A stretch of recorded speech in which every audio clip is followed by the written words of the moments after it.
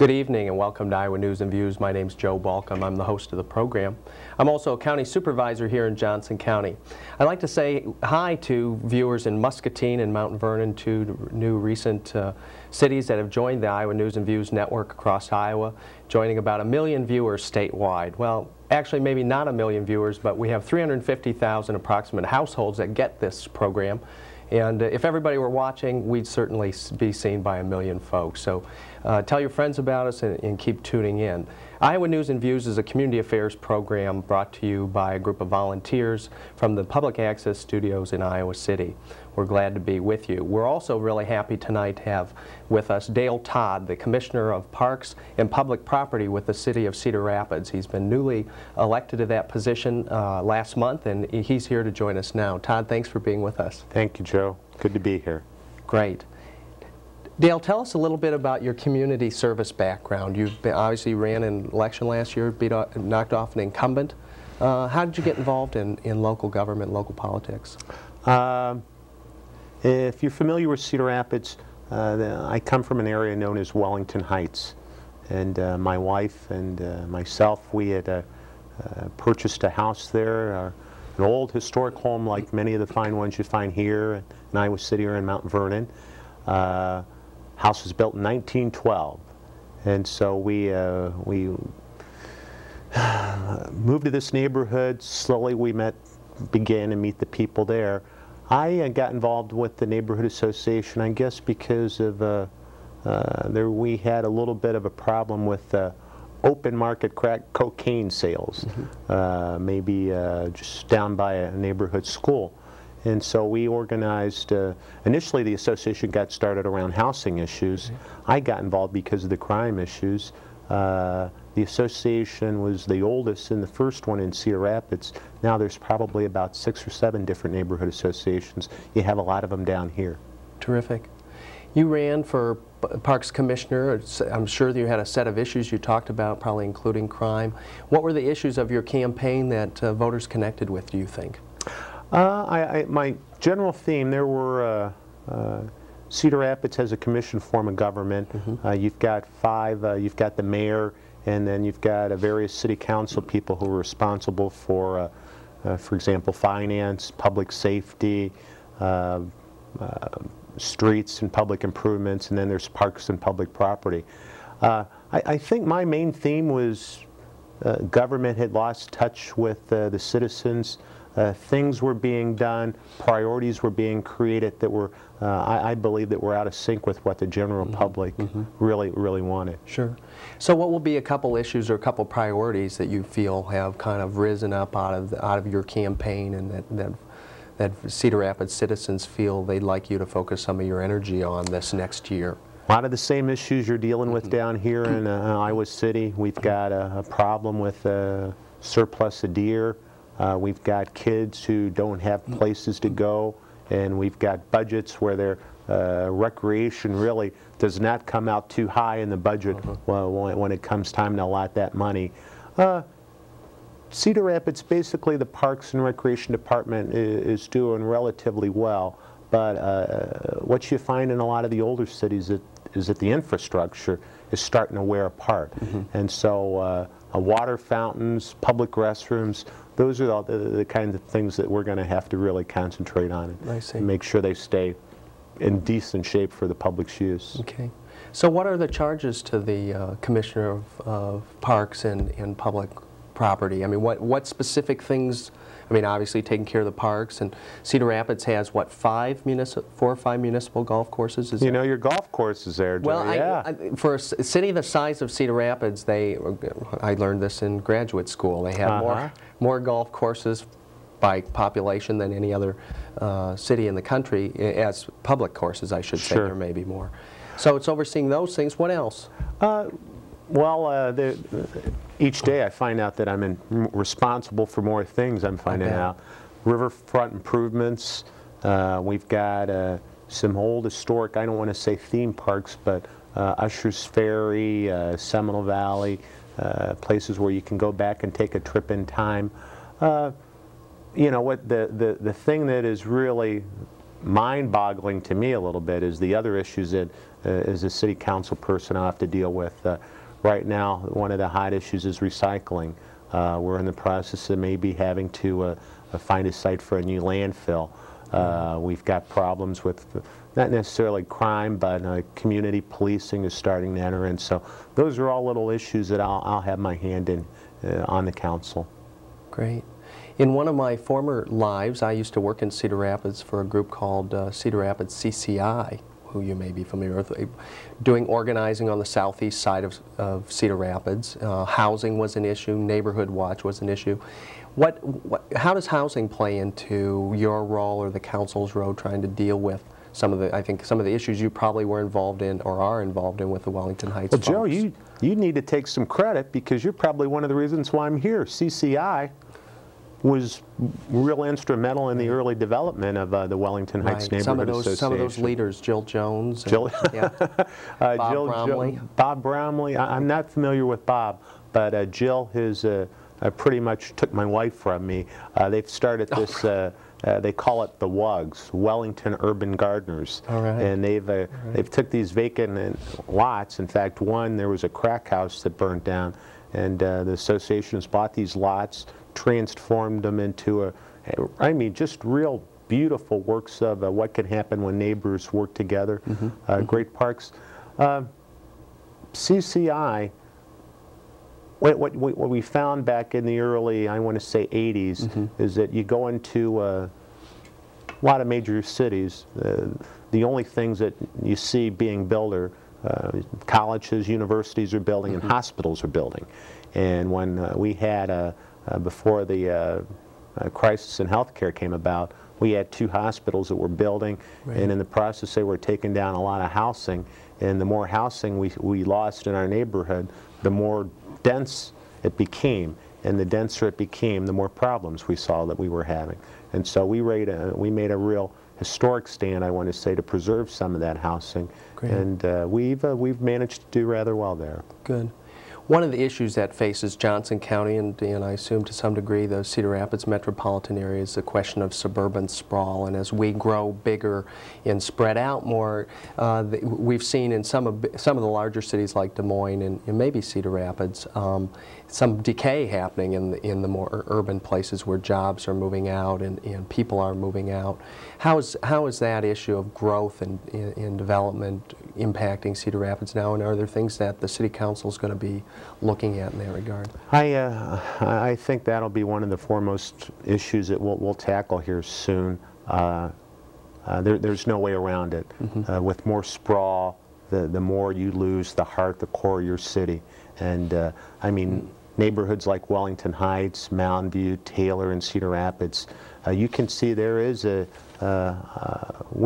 losing some of that. Right now is a real interesting time, I think, in the state. If you ever get the opportunity to get this guy Ed Fallon on your show, Ed is he is, I think, the catalyst for this movement of people who will be able to work together to somehow bring about some change. Inner city neighborhoods are finding that they've got a link with farmers out on the fringe of town who are trying to preserve their land. And this is going to be a real interesting coalition of folks that come to the table here in the future. Ed has been to our neighborhood. We need to pay attention to what he's saying. Yeah, there's a commission was instrumental in getting going. They're having some study committees right now about that, and maybe some legislation. Do you think the state has a role to play in that, and what kinds of things? I mean, this may be a new issue to you, but... Yeah, the state has a role to some extent, but it really is going to happen in the neighborhoods and at the city council tables and at those county supervisor tables. Those folks are going to have to start talking back and forth a little bit more, and they're just going to have to say, we don't mind development, but if we're going to develop, let's do it smart. And now is a real good time, and I think you're really tackling that issue down here in Iowa City a little bit more progressively than we are in Cedar Rapids. Cedar Rapids has grown so quick that we haven't had time to really study what's happening. You folks are paying a little bit more attention to it down here, and more power to you. Thanks. One of the issues right now that a lot of communities are facing in Iowa is the shortage of people to fill some of the job openings that are around. I know we have that problem here in Iowa City, not only having the kinds of skills we want, but just having enough people. What role do you think the City Council can play in Cedar Rapids in addressing worker availability, training, and the Sure. like? Yeah, you go to your Chamber of Commerce and you go to your business groups, and it's always economic development. We've got to develop, we got to grow. But if you don't have a decent quality workforce, it really makes it tough. Those efforts really go they're waste. I think it's going to be interesting here. One of the things that we're noticing is that the demographics of the state and of our cities are really changing. We're seeing more Hispanic, we're more Asians, and somehow we have to get these folks, plug them into the whole concept of workforce development. And we've got a real asset with Kirkwood Community College. They've worked real good with us as far as being there at the right time to make sure that employers who come to town do have qualified help. We do have a problem. Rockwell Collins, I mean, they usually have got 400 job openings out there that they're advertising for throughout the country. One of the other things that I think is important to not only that issue, but other community issues is the interface between the role of elected officials and community organizations. And it sounds like your past history in terms of working in the process has been in community organizations. Now you're taking a new role. How will that change for you in terms of the role you'll be playing in your new role as a commissioner on the inside, if you will? I hope it doesn't change me at all. I've worked hard to get to where I'm at, but that has been, I think, being on the outside of the power base has been an asset. I think street smart, a little bit of street smart, and I think that's going to help me in, when I make decisions as a city council person. You can't lose touch with those neighborhood groups out there. That's the heart and the soul of your city. That's right. And you need to somehow do what you can to enhance what they do and to make sure that that message gets spread. Good point. You're watching Iowa News and Views. My name's Joe Balcom. We're visiting with Dale Todd. He's a newly elected commissioner to the Cedar Rapids City Council for Parks and Public Property. He will take office right after the first of the year in January, and he's got a little honeymoon now where he's kind of trying to figure out what he's got himself into, but he'll take office in January. If you've got ideas for guests or content for the show, be sure to send us some email or drop us a note, or visit our webpage, which gives you some information about the show. And remember, don't touch that remote right now. We've got some more good content coming up. Dale, we appreciate you being with us. What will citizens of Cedar Rapids know about Commissioner Dale Todd a year from now, about your leadership style and your priorities that they don't know today? What will they know? I think that they will know that Dale is he's out in the public, he's making contact with citizens. One of the most important things and one of the premises that I ran on is that, again, I think government simply does not listen to citizens a lot. And I'm really going to try my hardest to make sure that I do get out there, listen to them, and then I take that input, try to put a plan in action and get some things done. They might not be great big things up here, but they'll be things that are important to people in the neighborhoods. Whether it's parking spaces, I see you're doing a diagonal parking down here, to garbage, to recycling, those kind of issues that really enhance the quality of life for people in our neighborhoods. Sure. Are there any hot issues that you're going to have to deal with in January, in the first few months of being the new person? We've got an ice rink that there's been a little bit of a debate about where the site should go at. One group would like to put it in a park, and I've got a real tough problem with putting great big buildings in open space. I believe we need to preserve our open space and somehow work together to find another option. We've got a bow hunt that's going on, and I ran on the premise that I think it's not a safe, effective, and humane way to take care of our deer problem. I see that you're you're lobbying for sharpshooters here in Iowa City, and I would like to help you with those efforts. In fact, the animal rights folks, they also agree that this bow hunting simply is not the best way to go about it. Our common foe there seems to be the DNR, and we have to somehow convince them that this might be the best thing. And probably the main issue is just, again, there just isn't a lot of money for kids in this state. There's not a money for recreational opportunities, options.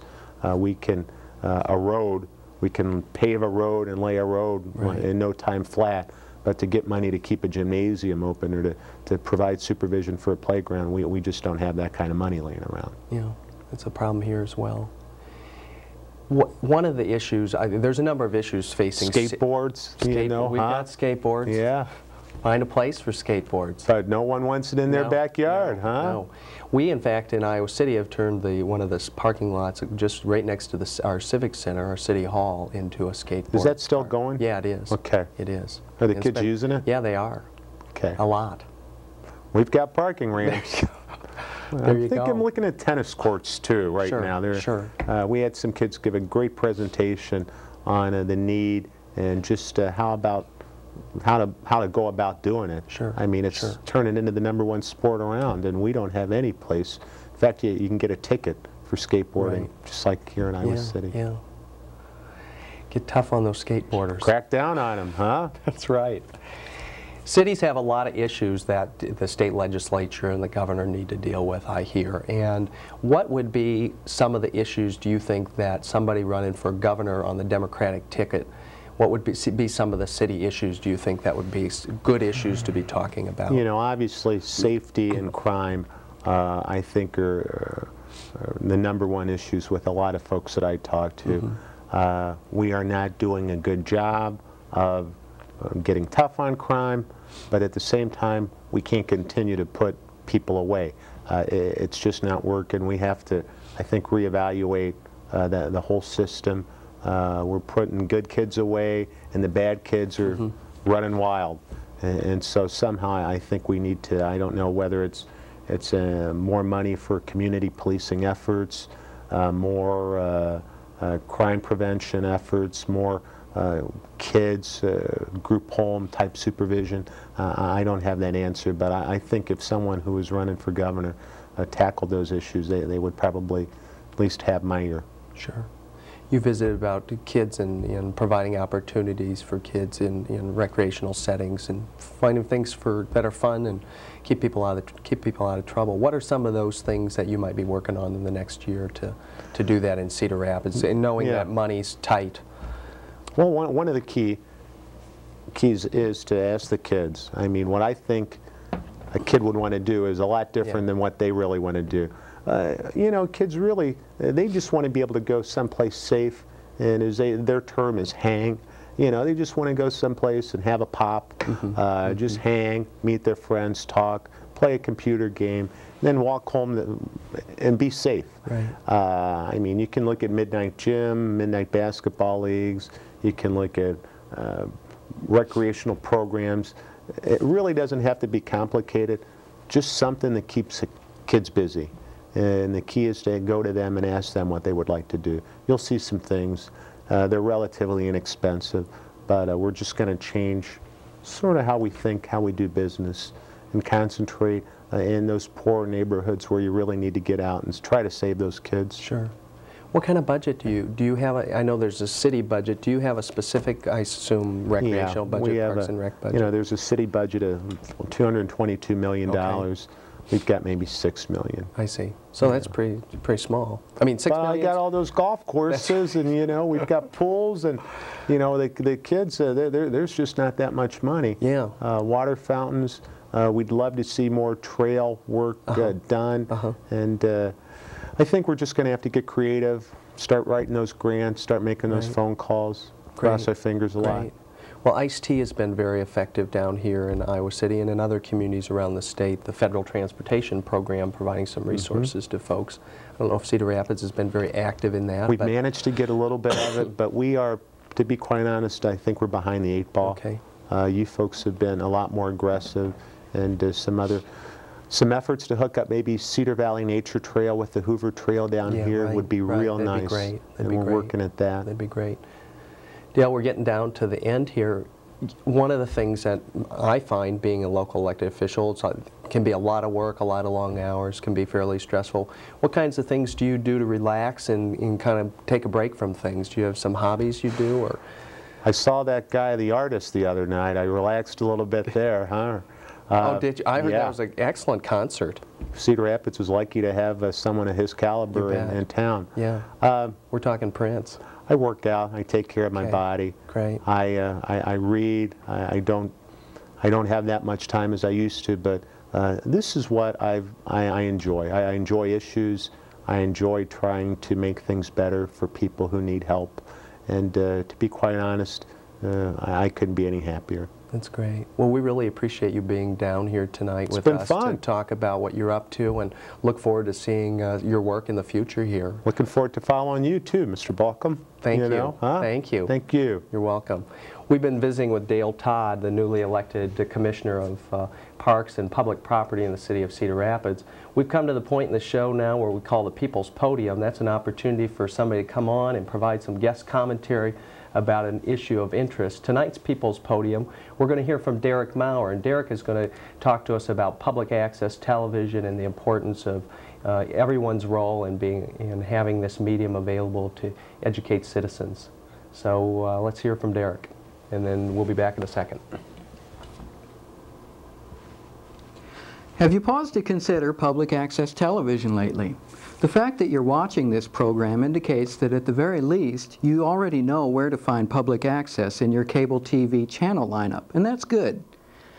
But even many public access viewers remain unaware of how the service works in their cities, and that's too bad, because public access holds great potential for groups and individuals seeking to organize and advocate for social change in Iowa's communities. Now, if you've seen the show before, you've probably heard Joe explain that it's produced by volunteers at public access facilities in Iowa City and then distributed to 13 other communities around the state. We're lucky here. We have a full production studio available to us, as well as video editing stations, camcorders, and other portable equipment.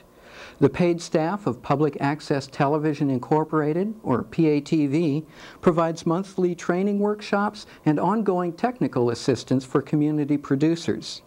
And any member of the community can take the training workshops and use PATV's equipment at little or no charge. But public access is different in each community.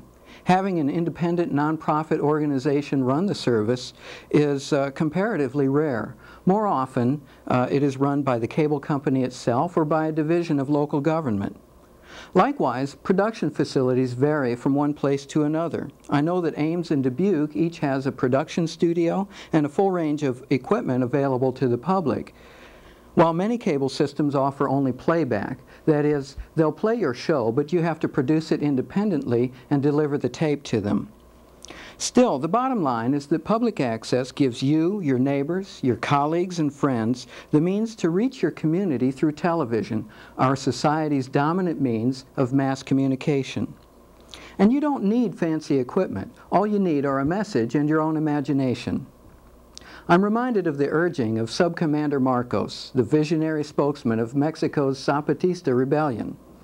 Marcos encouraged everyone engaged in movements for social change to develop channels of communication outside the commercial media, which by their nature must uphold the status quo. Public access is such an alternative medium, locally responsive, its contents arising from the grassroots. To find out how to use your cable system's public access channel, call your cable company. Then get together with some friends, people who believe as you do, and get creative. Don't just watch television, make it. Help put the public in public access. Thank you very much, Derek. That was very, very well done. This is a public access program. We're out and about all over the state of Iowa. Keep tuning in. I'd like to again thank Dale Todd for his being on the show tonight. He's done a good job, and he's doing some good work in Cedar Rapids, and we encourage him to continue on. You've been watching Iowa News and Views. I'd like to thank our viewers, I'd like to thank our contributors, our crew once again, and of course our local sponsors who make it possible to have this show and be seen around the state of Iowa. Remember, this is just a TV program you're watching here. What's important is what you're doing each and every day in your community. That's what's making a difference. Join Dale Todd, he's working in his community, because we can't all be on in the new space station, you know what I'm saying? We've got to do some things down here. So keep after it. We'll see you next time.